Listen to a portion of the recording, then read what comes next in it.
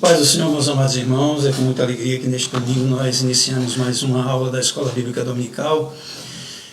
Com a graça de Deus, pedimos as orações dos irmãos para que o Senhor continue conosco, nos ajudando, estendendo a sua mão de misericórdia e bondade, que tenhamos uma aula abençoada nesta manhã e que possamos tirar proveito daquilo que a Santa Palavra de Deus nos ensina. Hoje a lição é uma das mais importantes, quiçá a mais importante no contexto do relacionamento do homem com Deus. Por quê, irmãos? Porque diz respeito à salvação. Hoje nós vamos tratar da libertação do pecado para vivermos uma nova vida em Cristo Jesus, nosso Senhor e Salvador. Se você estiver já nos vendo, nós pedimos que você dê algum retorno, para ver se está tudo ok aí. Nós agradecemos a Deus pela sua vida. Vamos continuar orando para que o Senhor venha com brevidade restabelecer os cultos. Como eu já disse algumas vezes, esta lição não tem nenhum objetivo de substituir qualquer lição das igrejas que estão ministrando neste horário. O objetivo é atender aqueles que porventura não tenham acesso.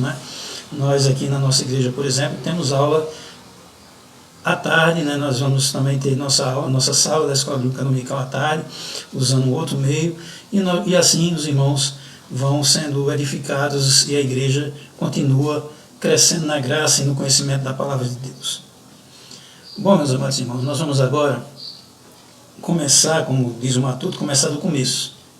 Vamos ver o que é que o Senhor tem reservado para nós na lição de hoje. Nós vamos usar essa bibliografia aí, como eu mostrei algumas aulas passadas, a nossa declaração de fé, que é um verdadeiro um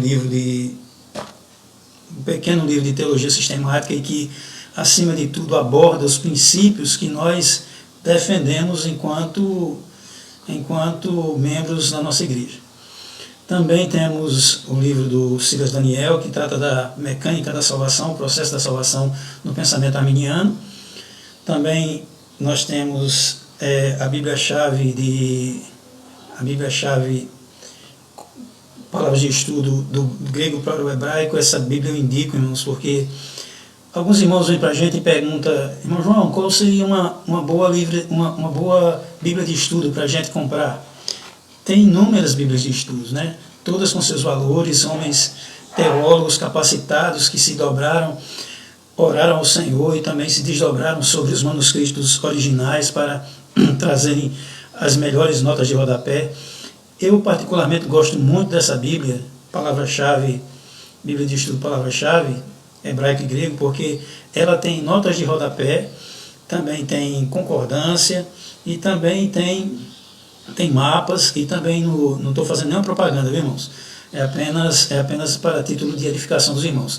E tem também, irmãos, nessa parte das palavras-chave no grego e no hebraico, um estudo de Strong. Strong foi um pesquisador que fez, digamos assim, um dicionário de palavras principais que são usadas no hebraico e no grego, e nessa Bíblia tem lá as palavras principais de Strong e as suas versões para o português. Muito boa, eu gosto muito dela, porque ela nos dá um sentido real das palavras que nós usamos. E tem também o dicionário Vini também, que nós usamos nessa aula, muito bom, para que os irmãos possam aprender mais e ter também uma biblioteca mínima necessária para a gente continuar crescendo no aprendizado da Palavra de Deus. Bom, irmãos, a lição de hoje trata da liberdade do pecado. Nós antes éramos escravos do pecado, estávamos aprisionados pela corrente do pecado. Mas aprove a Deus nos salvar e nos dar, com a salvação, uma nova vida em Cristo Jesus. O texto da lição de hoje fala do versículo 2, capítulo 2 de Efésios. Nós vamos explorar hoje capítulo 2, do 1 ao 10. Vamos fazer nossa leitura bíblica. Pegue sua Bíblia, seja ela de papel, seja ela de digital, do celular. O importante é que nós possamos acompanhar A lição de hoje está baseada nos versículos 1 a 10 do capítulo 2, do segundo capítulo de Efésios, versos 1 ao 10. Repetindo, Efésios, capítulo 2, versos do 1 ao 10. Vamos ver o que é que diz a palavra de Deus. E vos ficou estando vós mortos em ofensas e pecados, em que noutro tempo andastes, segundo o curso deste mundo, segundo o príncipe das potestades do ar, do espírito, que agora opera nos filhos da desobediência, entre os quais também todos nós andávamos antes, nos desejos da nossa carne, e fazendo também a vontade da nossa carne, dos pensamentos. E nós éramos, por natureza, filhos da ira, como os outros também. Mas Deus, que é riquíssimo em misericórdia pelo seu amor, com que nos amou, estando nós ainda mortos em nossas ofensas e em nossos pecados, nos vivificou juntamente com Cristo, pela graça sois salvos, e nos ressuscitou juntamente com Ele e nos fez assentar nos lugares celestiais em Cristo Jesus, para que, qual o objetivo? Nos mostrar nos séculos vindouros as abundantes riquezas da sua graça, pela sua benignidade para conosco em Cristo Jesus, porque pela graça sois salvos por meio da fé. Isto não vem de vós, é dom de Deus, e nem vem das obras para que ninguém se glorie, porque nós somos feitura sua, nós somos criados em Cristo Jesus para boas obras, as quais Deus preparou para que nós andássemos nela. Amém, irmãos? Então, o texto da lição, como nós estamos vendo, é que Deus é riquíssimo. Não é? O escritor, o apóstolo Paulo, ele fez questão de frisar que ele não era, a misericórdia de Deus não era limitada, ele ultrapassou os limites, dizendo, Deus, ele é mais do que rico em misericórdia, ele é riquíssimo. Ele usou um superlativo pelo seu muito amor com que ele nos amou, estávamos nós mortos ainda em nossas ofensas, em nossos deleites, em nossas transgressões, em nossos pecados, e nos vivificou, infundiu vida em nós, nos tornou a dar vida em nós, né? Por meio do lavar renovador e regenerador do Espírito Santo, diz Paulo lá em Tito 3, do 3 ao 5, que nós aprendemos, vemos um crescente nessa lição.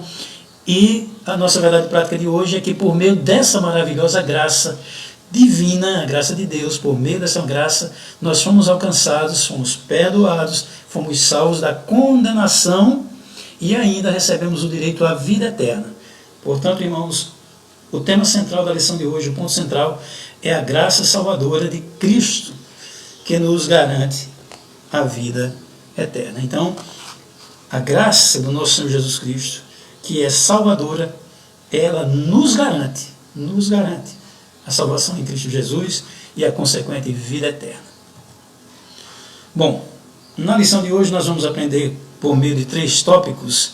A lição fala da libertação do pecado, né, para uma vida nova em Cristo. A Bíblia Sagrada diz assim que Jesus Cristo nos transportou do império, Deus nos transportou do império das trevas para o reino do Filho do seu amor.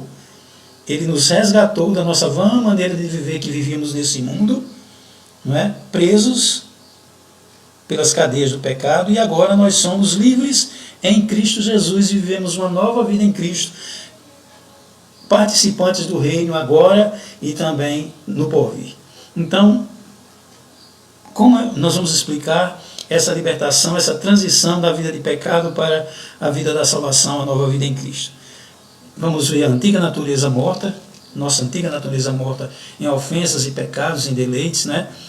Também nós somos vivificados pela graça e aprendemos que a salvação não vem das obras, como disse na leitura de hoje, para que eu, nem você, nem qualquer um de nós se glorie.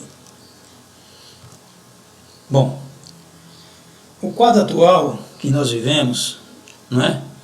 Nós, talvez os irmãos não estejam dando para ver aí, se estiver usando um aparelho com a tela pequena, mas eu vou ler aqui. A perplexa situação do homem nos dias atuais tem seus próprios problemas. Os meios de comunicação revelam a extensão mundial da iniquidade contemporânea, e é esta que faz com que o cenário moderno pareça tão escuro. Que cenário moderno é esse que nós vivemos, desse mundo, né, que nós vivemos? Por exemplo, problemas econômicos, como crescimento populacional, mal utilização de recursos naturais, inflação, desemprego, fome. Agora estamos vivendo essa pandemia, desse caos de saúde que nós estamos vivendo nesses dias, né? Em parte também se deve ao alastramento dos conflitos sociais em alguns lugares, como racismo, nacionalismo extremado, luta de classe, terrorismo, desintegração da vida familiar. Também em parte pela ausência de orientação moral, né, de padrões morais, de princípios morais na vida das pessoas. Isso corrobora com o aumento da violência, a desonestidade, a promiscuidade sexual, a corrupção, não é, o roubo e por aí vai. Também o homem parece ser incapaz de dirigir os seus próprios negócios ou de criar uma sociedade justa, livre, humanitária e tranquila. O próprio homem está fora dos seus eixos, dentro da realidade sombria do mundo atual. Esse texto, Efésios 2, de 1 a 10, destaca-se com marcante relevância para nós tentarmos achar uma solução para essa problemática, porque quem disse isso aí foi o teólogo John Stott, não é?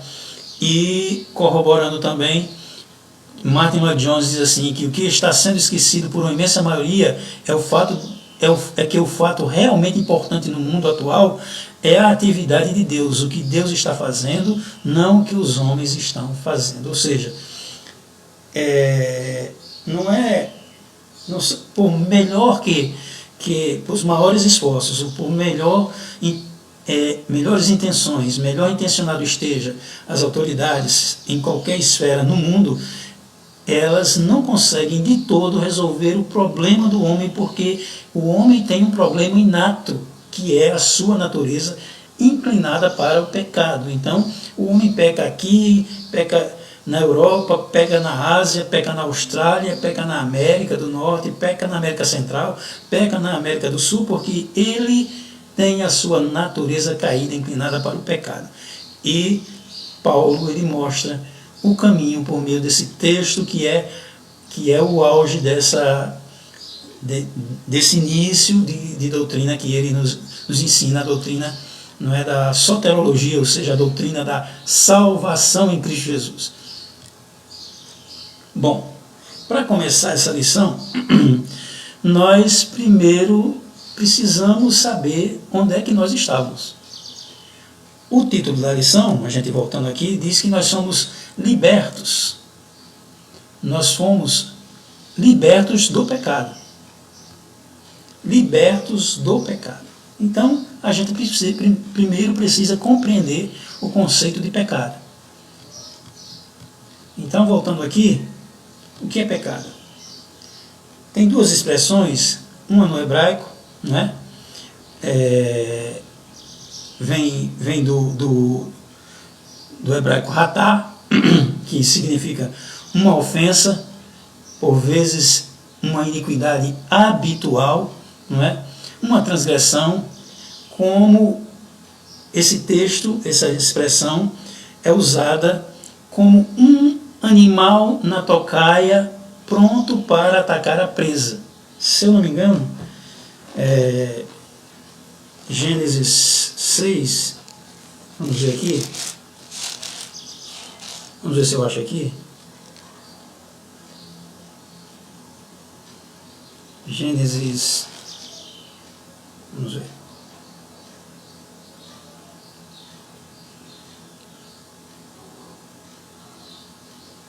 Gênesis 4 e 7, diz assim, 4 e 7, Deus falando, Deus foi tão misericordioso com Caim, que mesmo Caim tendo cometido aquele grave ataque contra seu irmão a ponto de matá-lo, Deus dá a seguinte orientação para ele. O Senhor disse a Caim, por que tiraste? E por que descaiu o teu semblante? Se bem fizeres, não haverá aceitação para ti, ou seja, ainda tinha perspectiva para Caim. E se não fizeres bem, o pecado, ou seja, o ratá, essa palavra que está escrita, não é? Ele jaz à porta, ou seja, ele, o pecado, jaz à porta, e para ti será o seu desejo, e sobre ele dominarás, ou seja, tome cuidado para não continuar pecando. Você fez uma grande transgressão, matou seu próprio irmão, mas tome cuidado com esse pecado, porque ele jaz à porta, ou seja, no sentido original, ele está como um animal na tocaia, pronto para atacar a presa. Os irmãos já viram aqueles filmes do Animal Planet, daqueles animais, dos felinos que vão atacar as presas? Eles ficam na tocaia, prontos para atacar a presa. Assim é o pecado, é uma ofensa, é uma transgressão, é algo que quer nos tragar, certo? O verbo no grego, agora já no grego, né, é o armatanô, né, que significa errar o alvo, não alcançar o padrão desejado, né? E daí deriva o substantivo pecado, que é erro, falha, desejo, prática, hábito do erro, aberração da verdade, errar contra Deus ou alguém, tropeçar, ofender. Essa fonte que nós usamos é justamente a fonte da Bíblia, a palavra-chave que você está vendo aí. Bom, e delitos e pecados. O que são delitos? Nós estávamos mortos em delitos e pecados. O que são delitos? Pecado nós vimos, né? Amartia, erro, falha, prática habitual do erro. Delito. Delito é um passo falso, né? Que envolve ou a travessia de uma fronteira conhecida ou um desvio do caminho certo. É dar um passo falso na caminhada, não é?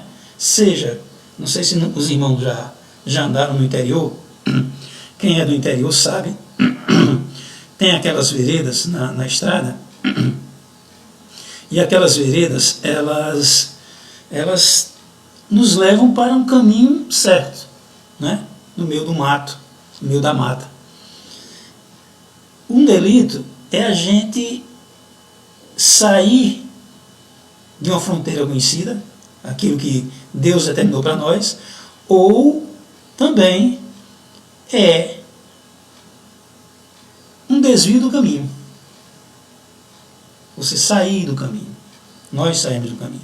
Isso significa pecado, errar o alvo ou sair do caminho. É aquela expressão que é meio até pesada, né? Quando a gente usa, quando alguém sai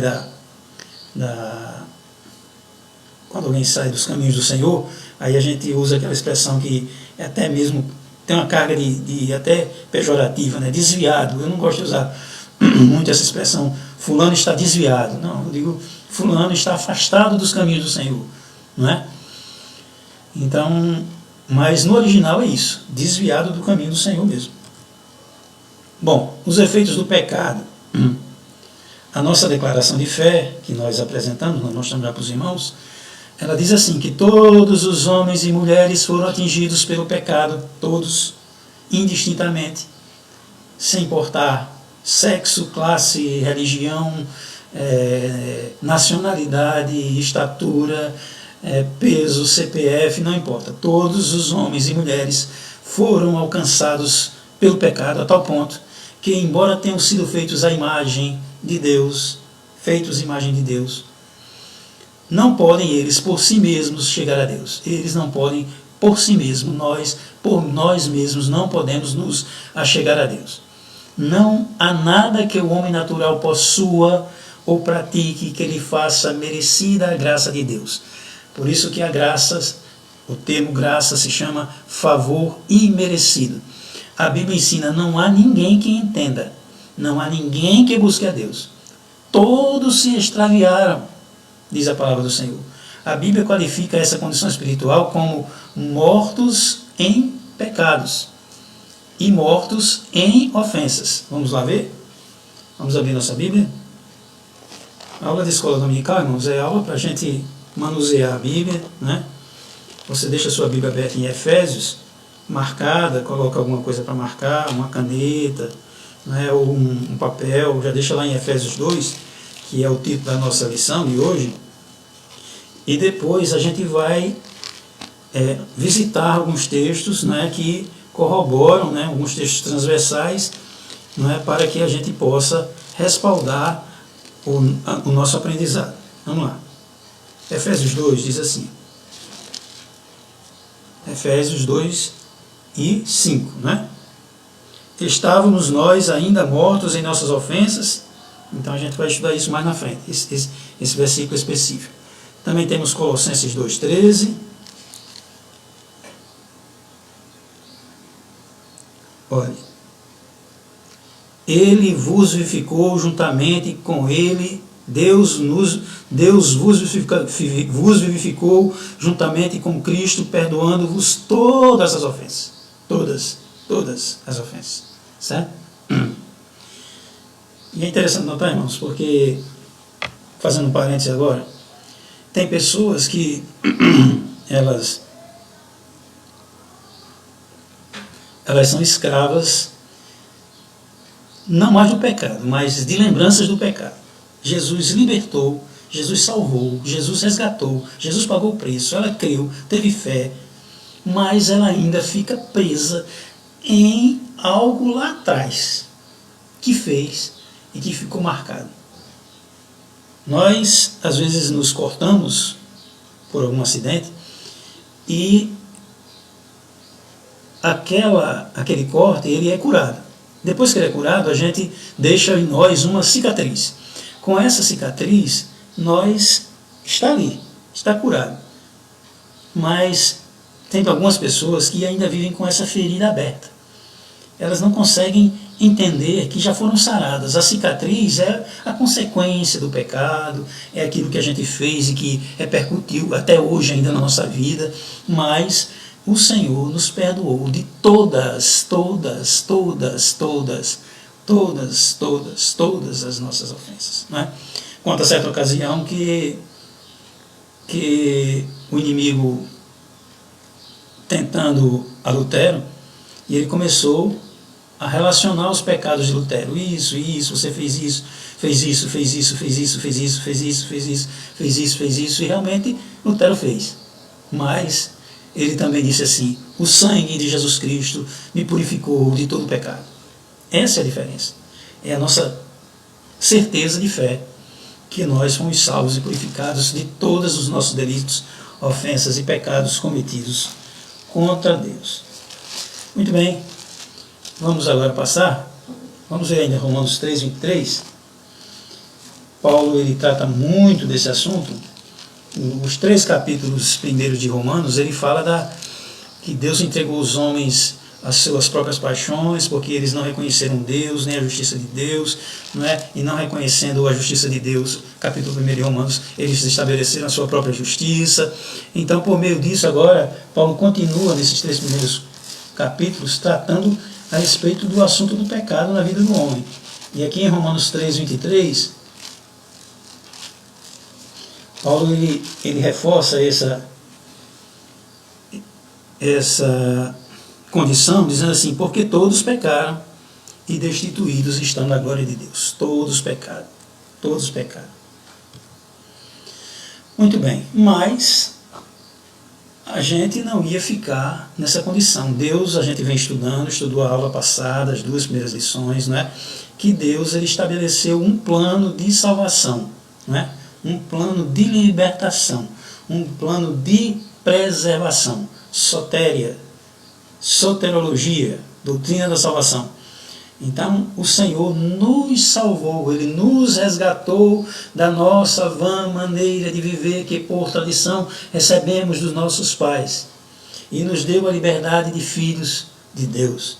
Então, a salvação é livramento, diz aí o dicionário divino, livramento espiritual, e além de espiritual, ele é eterno, concedido por Deus de modo imediato. Coisa maravilhosa, né, irmãos? A pessoa toma uma decisão e imediatamente Deus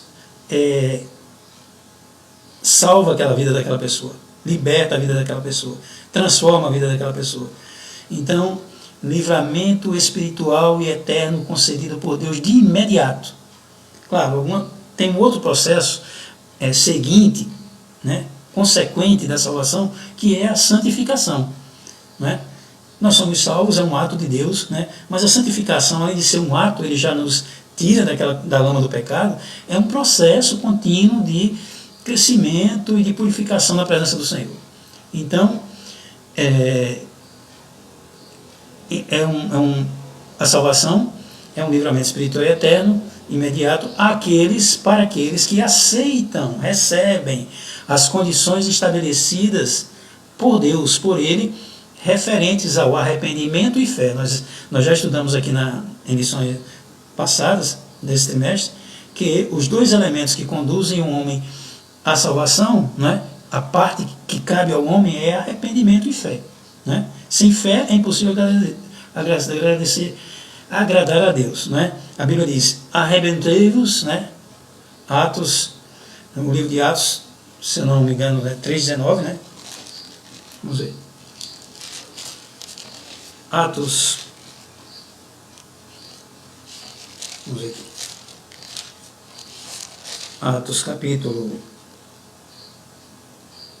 4, em primeiro lugar, do versículo 12, diz assim: em nenhuma outra salvação em que possamos, debaixo da terra, nem outro nome há dado entre os homens pelo qual nós devamos ser salvos. Então, é Jesus Cristo que nos salva da nossa vã maneira de viver, não é? E Atos 3,19, esse é um versículo chave para nós compreendermos a doutrina da salvação. Atos 3,19. Eu vou aguardar um pouquinho para você achar aí na sua Bíblia, para você acompanhar. Atos 3,19. Arrependei-vos. Atos 3,19 diz: arrependei-vos, olha a parte do homem, e convertei-vos, mude de atitude, metanoia, né? Transformai-vos, Paulo disse, Romanos 2, pela renovação do vosso entendimento, é compreender as coisas, a situação onde nós estamos, né? E convertei-vos, para que sejam apagados, aí quem apaga não sou eu. A Bíblia diz, se arrependa e se converta. Mas apagar os pecados é Deus, ó. Para que sejam apagados por Deus os nossos pecados, e assim venham os tempos de refrigério pela presença do Senhor. Glória a Deus. Certo? E de acordo com a confissão que fazemos dele, né? Romanos 10:10, né? Fala que com o coração se crê para a justiça. Com o coração, a gente crê aqui no coração, certo? E com a boca se faz confissão para a salvação. É por isso que Paulo diz, se com a tua boca confessares, versículo 9, Romanos 10:9, se com a tua boca confessares ao Senhor Jesus, o único mediador entre Deus e os homens, a única meio do homem chegar à salvação é por meio de Cristo Jesus. Então, se confessarmos com a nossa boca ao Senhor Jesus, em nosso coração cremos que Deus o ressuscitou dos mortos, serás salvo. Por que isso, irmãos? Porque a gente vai ver mais na frente na lição, porque o poder de Deus foi demonstrado, o poder de Deus para salvar é o mesmo poder que Deus usou para a ressurreição de Cristo. Os irmãos estão entendendo? Então é por isso que é possível a pessoa ser salva. Mesmo o bandido mais cruel, mais sanguinário, a pessoa que se acha o maior pecador da face da terra, e Paulo disse com suas palavras que era o principal deles, né? E Paulo era um homem santo de Deus, né? Transformado. Né? Então, é isso que nos dá a convicção de que nós agora vivemos em novidade de vida e somos salvos por meio da nossa confissão nele e fé nele. Muito bem. Então, salvação, para completar. Libertação, preservação, salvação, livramento do poder da maldição do pecado, o pecado tem a sua consequência, né? A restituição do homem à plena comunhão com Deus, né? A Bíblia Sagrada diz que havia uma barreira, né? O ouvido de Deus não está tapado, né? Nem o braço de Deus está encolhido para que não possa salvar, disse lá Isaías.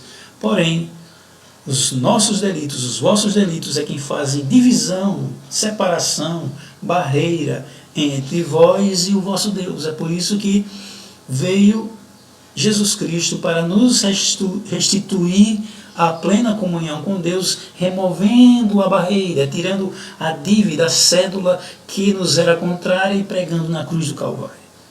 Certo? Essa restituição é para todos aqueles que confessam a Jesus, como nós dissemos, não é? E creem em seu coração e confessam, não é? A Jesus como único Salvador pessoal, precedidos do perdão divino. Deus nos perdoa mediante a fé, por meio da graça preveniente. Não é? Aqui tem a diferença, nós ensinamos a semana passada, mas quem não acompanhou, temos alguns conceitos de graça e interpretação da graça, que é favor merecido de Deus. Alguma corrente de pensamento de algumas igrejas diz que a graça é irresistível, né? Deus manda a graça sobre a pessoa e não tem como o camarada resistir, é a graça de Deus. De fato, Deus é poderoso para nos salvar, nos tirar do lamaçal do pecado, mas é Ele, o Espírito Santo, quem nos convence do pecado, da justiça e do juízo, e nós em uma resposta, né, a essa graça preveniente, essa graça de Deus que nos chama ao arrependimento e à fé, por meio do Espírito Santo que trabalha em nosso coração. Não é? Então, por meio da fé, na morte de Cristo e em Cristo, e também o arrependimento do perdão e para o perdão dos pecados. É um ato da graça de Deus pelos méritos de Cristo. Hoje nós vamos estudar que não é pelas obras para que ninguém se glorie. Tranquilo, irmãos? Está dando para entender? Os irmãos estão entendendo direitinho onde a gente está querendo chegar? Então vamos agora para carne, conceituar carne. Carne, na Bíblia Sagrada, né, ela tem o aspecto, primeiramente, de carne mesmo, o alimento, né, a carne, né, o corpo, né, do homem, a carne do homem, ou a natureza humana. Né? Hoje nós vamos usar, não é, o sentido de carne como a natureza humana inclinada para o pecado. É a natureza humana caída, não é? que herdamos, né? do nosso pai Adão, né? Caída, egocêntrica. Ela é oposta à natureza espiritual, que é o pneuma, né? Espírito. A carne abrange todas as formas de autoconfiança, qualquer que seja a forma de autoconfiança. Irmãos, até mesmo orgulho dos antepassados, né? Os hebreus eram mestres nisso, né? Dos pais. Vamos lá. Estamos de volta. Muito bem. Estamos de volta aí, irmãos? Estamos? Os irmãos estão me ouvindo agora? Deu uma pequena paradinha aqui. O meu sistema aqui está com um probleminha aqui. De vez em quando para, mas os irmãos vão orando por nós para a gente resolver tudo direitinho. Então, voltando aqui, só para os irmãos verem, né? Estamos aqui de volta.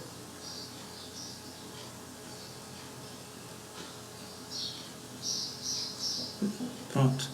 Não está dando para ver, né, irmãos? Muito bem. Estamos aí de volta. Muito bem. Vamos agora para o item 10. Para carne. O que é carne?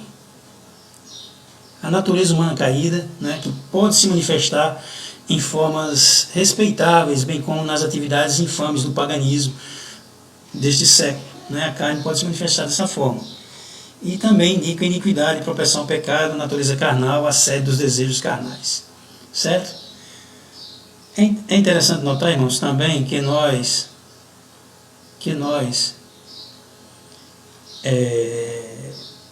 vemos que Jesus, ele veio em carne. Por que Jesus então se tornou carne? O Verbo se fez carne e habitou entre nós. Por quê? Porque Deus enviou o seu Filho em semelhança da carne do pecado para condenar o pecado na carne. Foi por isso que Jesus veio em carne. Os irmãos estão entendendo? Porque os que são segundo a carne se inclinam para as coisas da carne. Andando na carne, porém, nós não devemos militar segundo a carne. Se nós vivemos segundo a carne, nós morreremos, mas se pelo Espírito nós mortificarmos as obras do corpo, nós viveremos. Porque todos nós devemos comparecer ante o tribunal de Cristo para receber o que temos feito por meio do corpo, quer seja bom, quer seja mal. Ok? Então nós antes éramos que mortos espiritualmente, sem vida com Deus, né? Estávamos mortos em delitos e pecados, né? E aqui em Efésios, tem as referências aí, irmãos, que os irmãos podem acompanhar. Os irmãos podem acompanhar.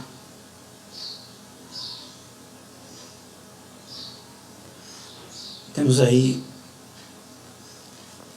Efésios 4, 17 a 19.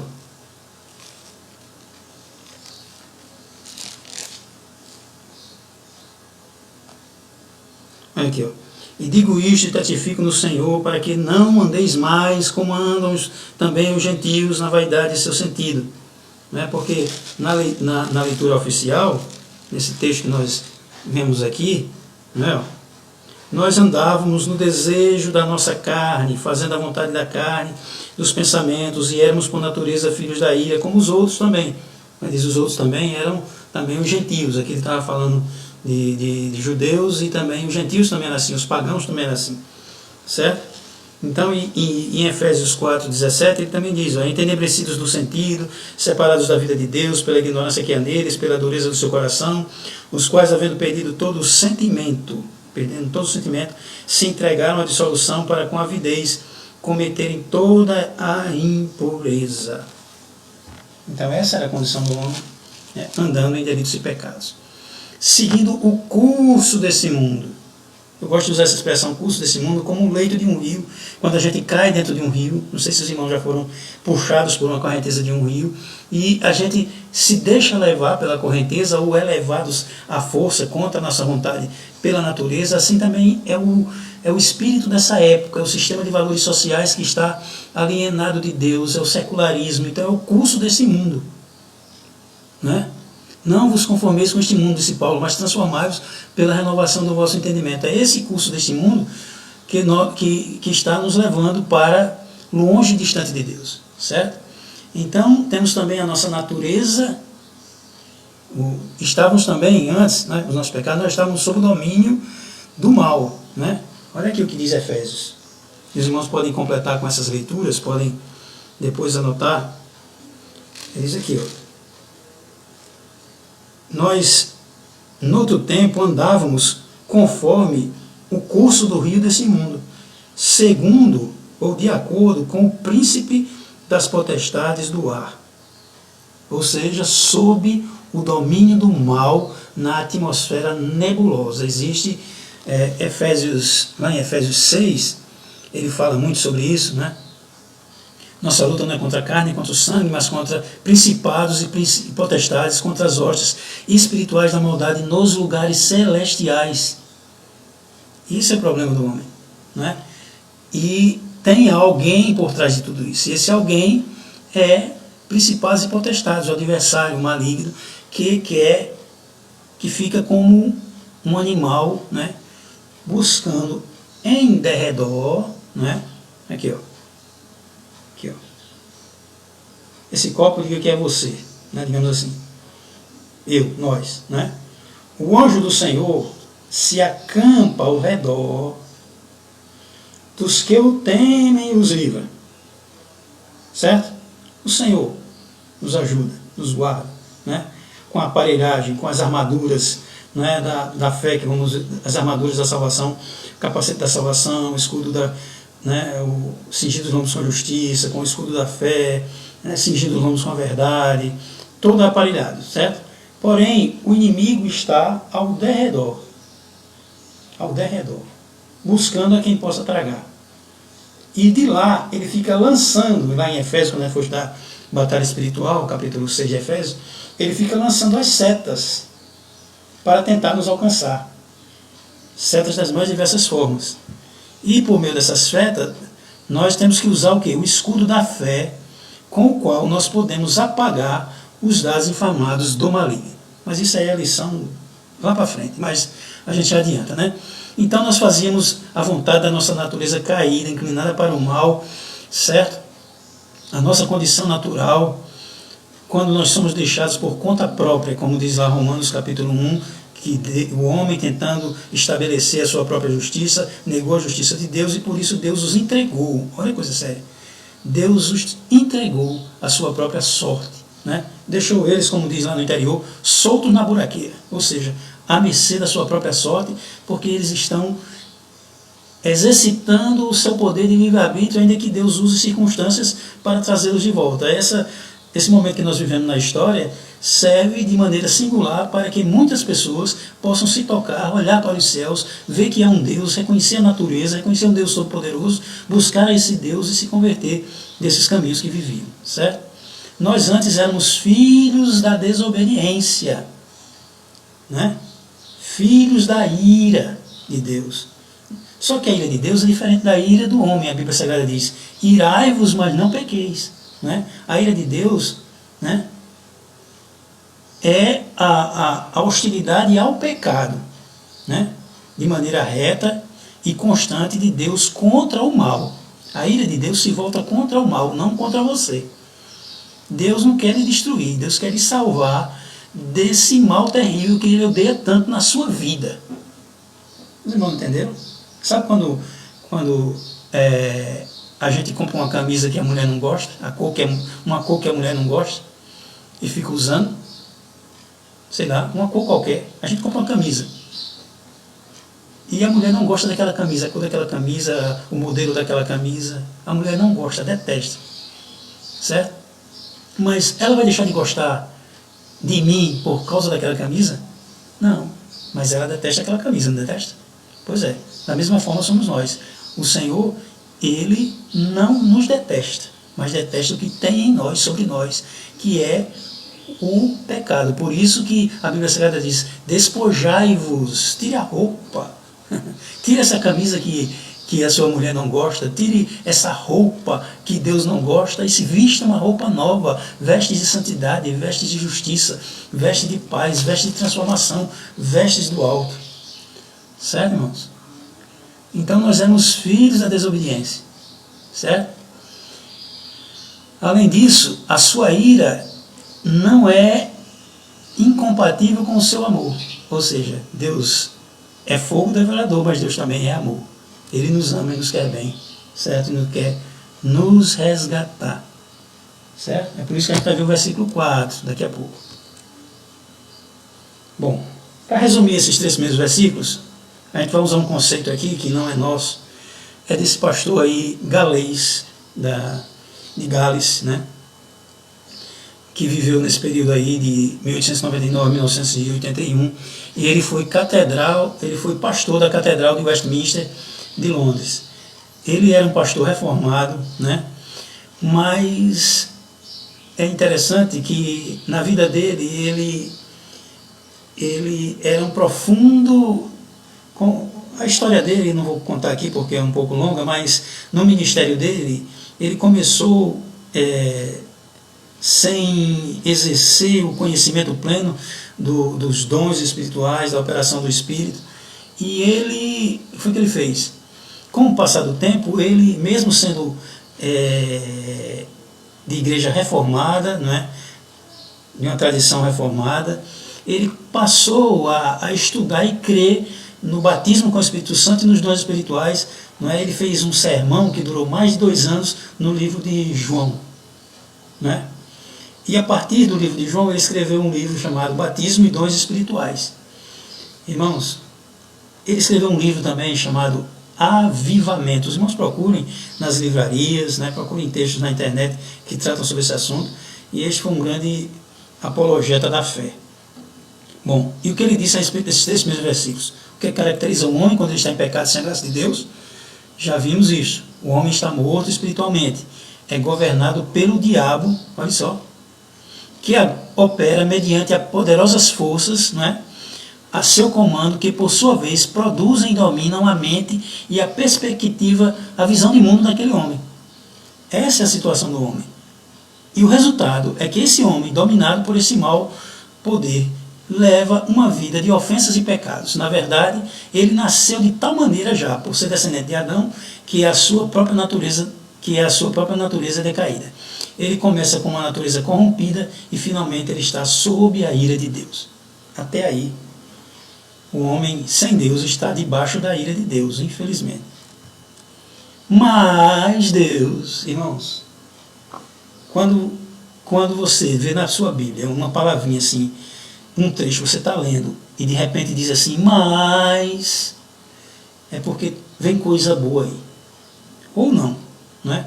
Porque mais é uma conjunção adversativa. Ele vai contradizer, ele vai refutar, ele vai dar uma saída contrária àquilo que isso falou antes, né? A Bíblia, o que nós dissemos até agora, nós dissemos isso aqui, ó. O homem, com sua natureza caída, corrompida, está debaixo da ira de Deus. Éramos todos nós. Mas, aí o versículo 4 de Efésios, vamos lá de volta para a Bíblia. Efésios capítulo 4. Mas Deus, que é riquíssimo em misericórdia, pelo seu muito amor com que nos amou, estando nós ainda mortos em nossas ofensas e pecados, Ele nos vivificou justamente com Cristo. Está vendo, irmãos? A graça salvadora chegando, o agir de Deus chegando, a obra de Deus alcançando, mas Deus, né? Ele chega e nos... Mas Deus, que é riquíssimo em misericórdia, e nós já falamos disso, né? Deus é... Paulo chegou em Romanos, escrevendo aos Romanos, ele disse assim, ó profundidade das riquezas escondidas. Quando ele diz isso, irmãos, é porque ele vê em Deus, quando ele começa a penetrar nas coisas de Deus, ele passou cerca de 4 anos no deserto, orando e buscando a face do Senhor. Uma das riquezas que ele achou nessa profundidade, as minas, irmãos, eu tive a oportunidade de ver uma mina antiga, né, e entrei nela. Os homens entram e fazem verdadeiras estradas dentro das minas, né, trilhos que passam dentro daquelas minas. Para quê? Para buscar ouro lá dentro. Então, a gente precisa buscar o Senhor, a gente não acha... Me diga uma coisa, você acha ouro quando você sai da sua casa e vai caminhando e tropeça numa pedra de ouro? Eu nunca vi. E diga onde tem, se tiver eu vou lá. Mas Deus quer que nós nos buscamos e prossigamos em buscar ao Senhor, aprofundar-se, mergulhar, fazer igual a Ezequiel, molhar os pés, molhar os joelhos, molhar os ortelhos, chegar até a altura do pescoço, que não dá mais para navegar, aí você começa a navegar no oceano do Espírito, certo? Então, esse grande amor com que Deus nos amou, não é? É a essência, como Deus é riquíssimo em misericórdia, essa misericórdia é a essência do Evangelho, certo? É a essência do cristianismo. É o ato de misericórdia de Deus para conosco, né? Deus, não levando em conta os tempos da ignorância, fala para todos os homens, em todos os lugares, que se arrependam. Esse é o amor de Deus, né? Que está lá em João 3,16, que todos os irmãos já sabem, não é? Em 1 João 4,19, vamos usar esse versículo aqui, 1 João 4,19.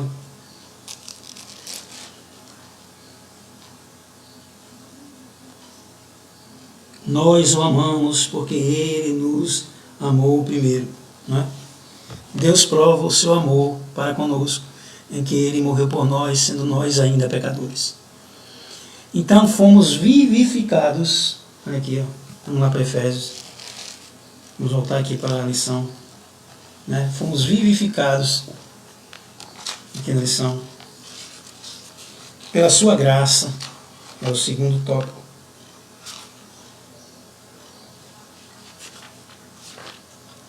Vamos ver aqui. Pegue sua Bíblia também. Aqui, ó. Fomos vivificados por sua graça, concedida aos que foram salvos. O apóstolo enfatiza que o amor de Deus nos alcançou estando nós ainda mortos em nossas ofensas. Estávamos mortos em ofensas e pecados. Irmãos, tem filmes de terror, tem filmes de zumbi, eu não gosto de assistir esse tipo de filme, não me atrai, eu não assisto. Mas tem personagens tipo zumbis. Esses zumbis são mortos-vivos. E por incrível que pareça, irmãos, nós convivemos no meio de uma geração de pessoas que, não tendo ainda conhecimento da verdade, sendo salvas, ainda não sendo salvas por Jesus, elas são como mortos-vivos. Tem vida, come, né? Comem, se dão em casa, comem, bebem, como diz lá Jesus, né? Casam, se dão em casamento, mas estão mortos espiritualmente. Daí esse grande amor de Deus para nos alcançar, para nos libertar, certo? E somos vivificados, como nós falamos aqui, ó. Ele nos vivificou juntamente com Cristo, é em Cristo. Paulo, ele destaca mais de 20 vezes no início dessa carta, né, a respeito da figura de estar em Cristo, com Cristo, nele, ligado em Cristo, certo? Então, juntamente com Cristo, nós fomos vivificados nele, né?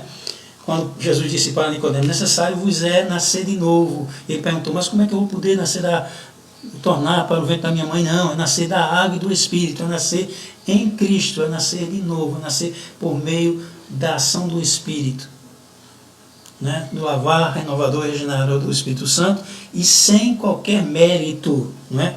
Olha aqui, ó, Efésios, olha aqui, ó, fomos vivificados sem mérito algum. Tudo foi efetivado por meio da sua graça, o favor imerecido de Deus, né?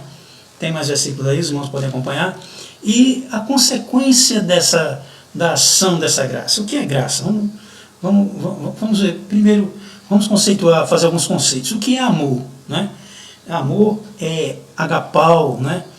É a palavra característica do cristianismo. Ele descreve a atitude de Deus para com o seu Filho, para com o gênero humano em geral, para com aquele que crê no Senhor Jesus Cristo em particular, transmitir sua vontade aos filhos, não é? Expressar a natureza essencial de Deus. O amor de Deus é visto no presente do seu Filho. O amor teve a sua expressão entre os homens por meio de Cristo. Isso é o amor de Deus. O que é misericórdia? É a manifestação exterior, né, de piedade de Deus. Quando Deus se apieda de nós e exerce a sua piedade, é a misericórdia de Deus. Presume a necessidade por parte daquele que a recebe e recursos adequados para satisfazer a necessidade por parte daquele que a mostra. Ou seja, precisamos responder a esse ato de misericórdia de Deus. É usado essa misericórdia acerca de Deus, que é rico em misericórdia. A misericórdia provendo a salvação para todos os homens, não é? Misericórdia para com aqueles que o temem, não é? Para completar a sua salvação, Deus usou misericórdia para com o seu povo, né? E assim segue-se que a cada uma das saudações apostólicas, né, estas palavras ocorrem: graça e misericórdia da parte de Deus, nosso Pai. E o que é graça? O que é graça? A graça de Deus é manifestada maravilhosamente. Graça é favor imerecido de Deus.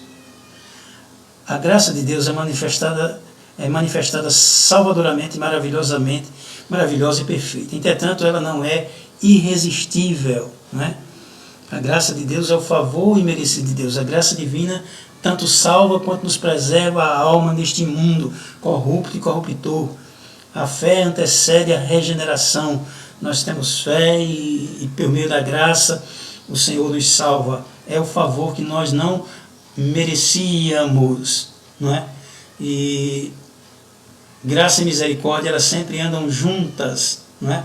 Então, qual é a diferença entre graça e misericórdia? E eu quero usar aqui uma ilustração que é usada pelo pastor Russell Shedd em uma das suas pregações. Ele disse que um certo pai, ele usando essa ilustração, né, de outro pastor que contou para ele, e ele usa essa expressão, e eu estou pegando emprestado também, não é minha essa afirmação, mas é que o Dr. Russell Shedd, de saudosa memória, usou. Ele disse assim, que a diferença de graça e misericórdia é que é um exemplo de um pai que diz para o seu filho: filho, se você mexer nesse copo d'água, se você quebrar esse copo aqui, viu? Ele está aí quietinho, se você não mexa nele, a orientação é essa, não mexa nele, mas se você mexer, você vai levar 10 palmadinhas naquela parte macia exterior do corpo. Os irmãos sabem qual é, né? Muito bem. Então, o menino buliçoso, como diz o Matuto, o menino traquino, ele não resiste e mexe no copo, e mexe tanto no copo, que ele quebra o copo do pai. E o pai escuta e vai. E quando ele encontra o pai que tinha dito para ele que se ele mexesse naquele copo ele levaria 10 palmadas, bota ele de castigo, e em vez das 10 palmadas, ele só dá 5 palmadas. 5 palmadinhas. Em vez das 10 que ele prometeu, ele só dá 5. Graça é aquilo que nós, a misericórdia, portanto, é quando Deus não nos dá a punição merecida e, consequentemente, não somos castigados pelos nossos pecados. Ou seja, o menino merecia 10 palmadas, só levou 5 palmadas. Isso é misericórdia. De repente, o menino está de castigo, o pai chega e diz assim: filho, vamos agora tomar um sorvete? Essa é a ilustração do Dr. Russell Shedd. Significando que a graça é quando Deus nos concede o bem que não merecemos. A salvação nós não merecíamos, irmãos. Foi dom de Deus, dom gratuito de Deus, favor imerecido de Deus, graça de Deus. Misericórdia é a libertação do julgamento, enquanto a graça é estender bondade aos indignos. Ou seja, esse é o sentido da graça. Misericórdia é não receber o castigo que merecíamos. E graça é tomar sorvete do céu sem sequer esperar que o Senhor tem sorvete para nos dar. Glória a Deus. Os irmãos entenderam a ilustração? Muito bem, então já vamos partir para a sequência. Os meios da salvação, nós vamos agora estudar. Na salvação, existem dois fatores aí, não é? Primeiro, é a ação de Deus, por meio do seu Espírito Santo, nos convencendo. A fé que vem pelo ouvir, né, gera fé, nós nos arrependemos, né? A Bíblia diz: arrependei-vos, olha a sequência, arrependei-vos e crede no Evangelho. Né? Então a salvação, os elementos da salvação: arrependimento e fé. Arrependei-vos e crede, tenha fé no poder salvador por meio de Cristo Jesus, morto na cruz do Calvário. Foi suficiente, único, perfeito, completo sacrifício por nós para pagar o preço de todos os nossos pecados. Vamos lá para Hebreus 2:15. Nós vamos adiantar. Ainda temos tempo. Hebreus 2:15.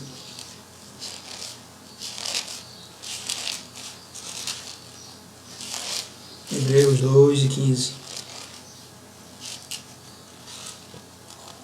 Hebreus, os irmãos que estudam a Bíblia, né? Eles ainda não identificaram o autor da carta aos Hebreus. Algumas pessoas dizem que foi Paulo, outros dizem que foi Apolo, mas nós não temos absoluta certeza. É por isso que a sequência no cânon que foi selecionada aqui para a composição da Bíblia Sagrada foi colocada depois das cartas paulinas, né? Mas o autor é anônimo. Né? Tradicionalmente, os teólogos dizem que o autor da carta aos Hebreus é anônimo, ainda que alguns digam que foi Paulo, foi Apolo e outros, mas nós não podemos conjecturar nada a respeito. Né? Okay. E Deus, e visto que Jesus, visto como os filhos participam da carne e do sangue, também ele participou, Jesus participou das mesmas coisas. Olha aqui, irmãos, olha porque Deus se encarnou, olha como essa teologia é profunda, olha. E visto como os filhos participam da carne e do sangue, também ele, Jesus, participou das mesmas coisas. Por quê? Jesus participou da carne e do sangue. Por que o verbo se fez carne? Para que, pela morte, ele aniquilasse aquele que tinha o império da morte, isto é, o diabo foi vencido. Ó morte, tragada foste na vitória. Onde está o teu aguilhão, ó morte? quando Jesus morre e ressuscita, aí a morte foi vencida. Glória a Deus. E aí, para quê? Para que primeiro aniquilasse aquele que tinha o império da morte, o diabo. E depois, para que livrasse todos os que, com medo da morte, estavam por toda a vida sujeitos à servidão. Está vendo? Foi a ação de Deus. Depois, nós temos a graça, que é o favor imerecido de Deus. Romanos 3, 24. Nós já estamos adiantando. 3, 24. Romanos diz assim, ó, sendo...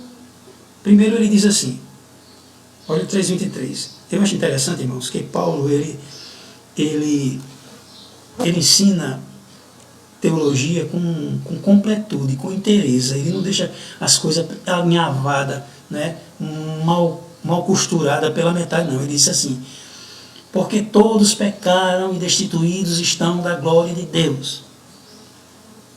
Versículo 23, Romanos 3, 23. No versículo 24 ele diz assim, sendo justificados, porém, justificados gratuitamente pela sua graça, pela redenção que há em Cristo Jesus.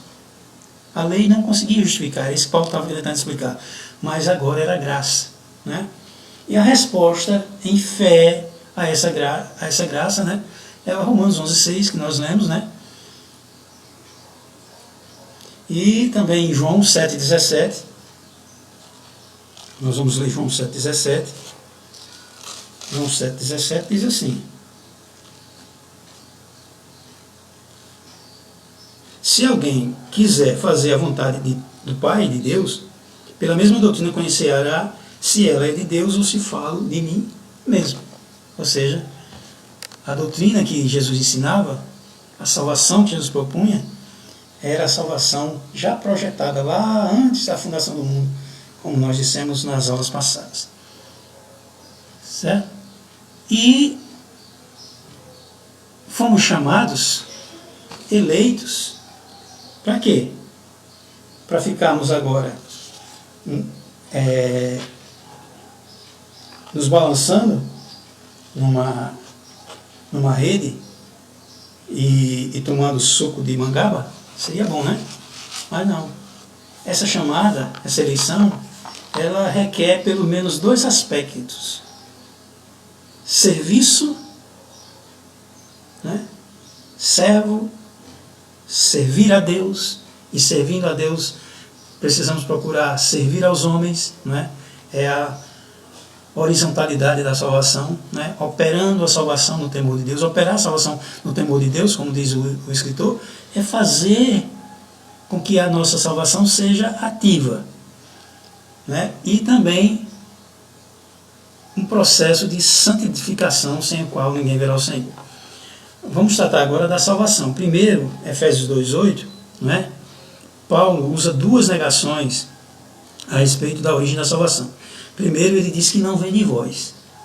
Não vem não, pela minha vontade, foi o que eu quis. Não, eu aceitei a Jesus. Não, Deus é quem aceitou a nós, né? Nós costumamos usar, isso é um termo clássico e popular, não é? Já faz parte da nossa cultura evangélica, dizer, convidar as pessoas para aceitarem a Jesus. Mas é o que? Esse aceitar Jesus é responder por meio da fé e arrependimento ao chamado, à eleição de Deus, né? Que por meio da sua graça nos chama, né? E assim nós somos eleitos por Ele, respondendo a esse chamado, certo? Então isso não vem de nós, isso é dom de Deus, não vem das obras. Primeiro é dom, não vem de vós, 2 negativas, é dom de Deus e nem vem das obras. Não é? O comentarista diz aqui, o que indica não se tratar de recompensa de nenhum ato humano. Algumas pessoas, elas costumam fazer penitências, elas costumam se sacrificar, até se martirizar, não é? Até ficar em claustros, em mosteiros, em prisões, né? Em fazer até algumas ações, né, de tentando castigar sua própria carne, não é? Mutilar até sua própria carne, mas o comentarista diz que não se trata de recompensa por alto algum que vem do ser humano. Essas afirmações, não é, que não vem das obras para que ninguém se glorie, não é, que não vem de nós, essas afirmações excluem a possibilidade de alguém ser salvo por esforço pessoal. Como a salvação é a realização divina, agora somos feitura sua, criados em Cristo Jesus para as boas obras. Olha o que Deus fez, olha o fruto da salvação, olha o que Deus agora nos transformou. Agora em Cristo somos uma nova criatura. Eu gosto muito desse versículo e gosto de ensinar muito para novos convertidos esse versículo. 2 Coríntios, capítulo 5, versículo 17. 2 Coríntios 5, 17. Segundo carta de Paulo aos Coríntios 5 e 17. 5 e 17. Assim que, abre sua Bíblia, acompanhe, já estamos encerrando. Assim que aquele que está em Cristo, nova criatura é. As coisas velhas já passaram, e eis que tudo se fez novo. Aquele que está em Cristo, olha, a salvação é em Cristo, é ligado na videira. Né? Fomos enxertados na videira, como diz João. Né? Fomos enxertados na videira verdadeira. Né? Se aquele que está em Cristo, nova criatura é. Aí eu já gosto de usar essa expressão, né? Tem gente que nasceu e diz, eu nasci homem, mas queria ter nascido mulher, e outros, eu nasci mulher, eu queria ter nascido homem, outros dizem, não, eu sou baixinho, eu queria ter nascido com 1,80 m, não, eu sou muito alto, que eu fico batendo nos umbrais das portas, eu queria ter 1,50 m, não, eu sou gordo demais, e as pessoas me ridicularizam, não, eu sou magrelo demais, não, eu sou bonito demais, não, eu sou feio demais, não, meu irmão, aí essas pessoas dizem assim, eu queria ter nascido de novo, eu queria ter nascido em outro lar, eu queria ter nascido em outra condição, não é? Tem algumas pessoas até desta época agora dizendo, eu deveria ter nascido numa época que não tivesse esse coronavírus, eu gostaria de ter nascido rico, milionário. Mas irmãos, nós já usufruímos desse dom gratuito de Deus que é a salvação. A Bíblia Sagrada diz, aquele que está em Cristo, eu, você, nós, já somos novas criaturas. Quanto ao trato passado, nós já nos despojamos do velho homem. E agora, quem está em Cristo, nova criatura é. As coisas velhas se passaram. Esqueça o passado, vira a página e eis que tudo agora se fez novo.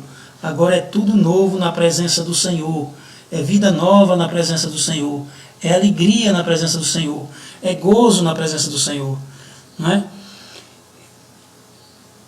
E para nós encerrarmos a nossa conclusão, não é? Vamos agora recapitular. Antes da regeneração, o que é essa regeneração? É esse nascer de novo. Quando Jesus disse para Nicodemos em João 3, necessário vos é nascer de novo. Nós que aceitamos a Cristo, nascemos de novo. Nova criatura somos. Antes nós éramos filhos da ira de Deus. A ira de Deus caía sobre nós. E éramos passíveis da condenação à perdição eterna. Né? Que é o dano mais grave, irmãos. O dano grave maior do ser humano não é esta morte. Porque a Bíblia Sagrada diz que a alma que pecar, esta morrerá. Tanto espiritualmente quanto fisicamente. O salário do pecado é a morte. Nós vamos morrer. Se Jesus não voltar antes e nos levar, cada um de nós vai passar por essa experiência, quer queira, quer não, quer esteja preparado, quer não, quer goste, quer não, e ninguém gosta, ninguém quer falar nisso, ninguém quer pensar nisso. Nós estamos vendo milhares de pessoas sendo tragadas pela morte terrível, né? Mas o pior não é esta morte. O pior é a segunda morte. É a morte eterna, é a separação eterna de Deus. É o chorar e ranger de dentes daquele lugar terrível, reservado para o diabo e seus anjos. O inferno é para o diabo e seus anjos. Mas infelizmente aqueles também que não se lembram de Deus são passíveis de semelhante condenação. O amor divino, porém, para nós escaparmos dessa condenação, o amor divino por meio da sua riquíssima misericórdia que nós aprendemos hoje. Não é rica, não é riquíssima. E da graça, com a ação do Espírito Santo de Deus, que nos convenceu do pecado, da justiça e do juízo, que nos lavou, que nos regenerou, que intercedeu por nós. Esse Deus Todo-Poderoso nos tornou filhos de Deus por adoção. Agora nós participamos, nós somos co-herdeiros com Cristo, Cristo a primícia, nós filhos por adoção de Deus, né? Isso é coisa maravilhosa, irmãos, isso é coisa que os homens sequer cogitam, sequer imaginam, sequer conseguem entender. A salvação do poder do pecado e da morte eterna nos foi concedida independente das nossas obras. Não há nada que eu e você possamos fazer para sermos salvos. Mas, e aí você pergunta, bom, tá certo, meu João Ribeiro, mas e Tiago lá no capítulo 2, se eu não me engano, ele diz assim, a fé sem as obras é morta. E aí? Irmãos, obras são consequências da salvação.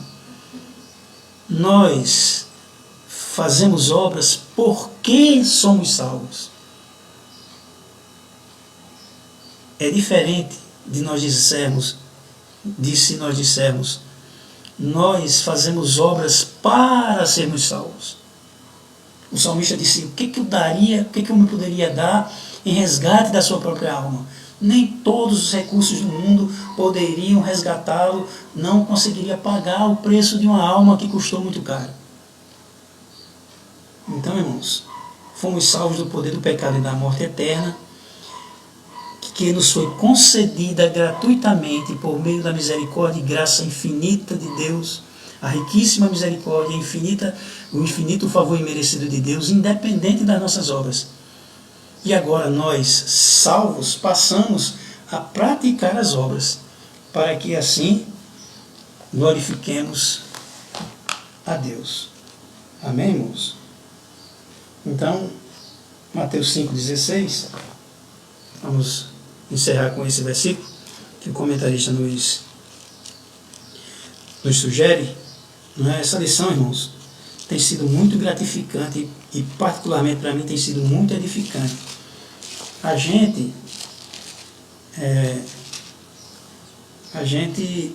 Bíblia diz que o obreiro é o primeiro a colher dos frutos. E quando a gente estuda para ensinar, nós somos os primeiros a nos deleitarmos com as riquezas da palavra de Deus. E aí nós comemos das gorduras, bebemos das ossuras e levamos porções para cada um de vós. E desde já eu agradeço as orações dos irmãos, a companhia dos irmãos, o carinho dos irmãos, o cuidado dos irmãos. E em breve nós estaremos juntos para fazermos a nossa escola dominical em nossos tempos. Na minha igreja, hoje à tarde, nós vamos fazer, né, nós teremos também aula virtual especificamente para a nossa classe de alunos. Né? Então, essa aula aqui não visa substituir nenhuma aula, ela é apenas complementar para aqueles que não acompanham nas suas próprias lições com seus professores, com suas igrejas. E Deus abençoe cada um dos irmãos na sua igreja, onde você congrega, onde você serve a Deus. Continue servindo a Deus com alegria, acompanhando seus professores com a mesma alegria, com o mesmo ânimo. Para encerrar, Mateus 5,16. É isso?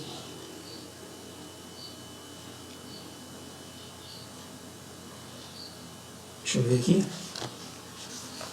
O versículo que é apontado aqui pelo nosso. Isso mesmo. Mateus 5,16. 5,16.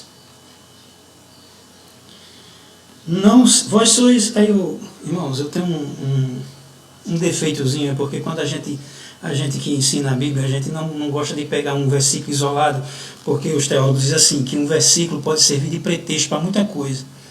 Então, para não servir de pretexto para muita coisa, a gente não pode pegar um versículo isolado e fazer dele uma doutrina. A gente precisa ler todo o entorno. Tem um teólogo que eu li, que ele disse assim, para você entender um versículo, você tem que primeiro ler o livro inteiro onde está contido aquele versículo. Pode parecer um exagero, mas eu entendi que ele quer que a gente aprenda todo o conteúdo que o autor está querendo expressar por meio daquele livro e particularmente naquele versículo, conhecendo o contexto. 5,16, para nós encerrarmos, 13 diz assim: vós sois a luz da terra, o sol da terra, né? E vós sois a luz do mundo, e assim resplandeça a vossa luz diante dos homens, para que vejam as vossas boas obras e glorifiquem a vosso Pai que está nos céus.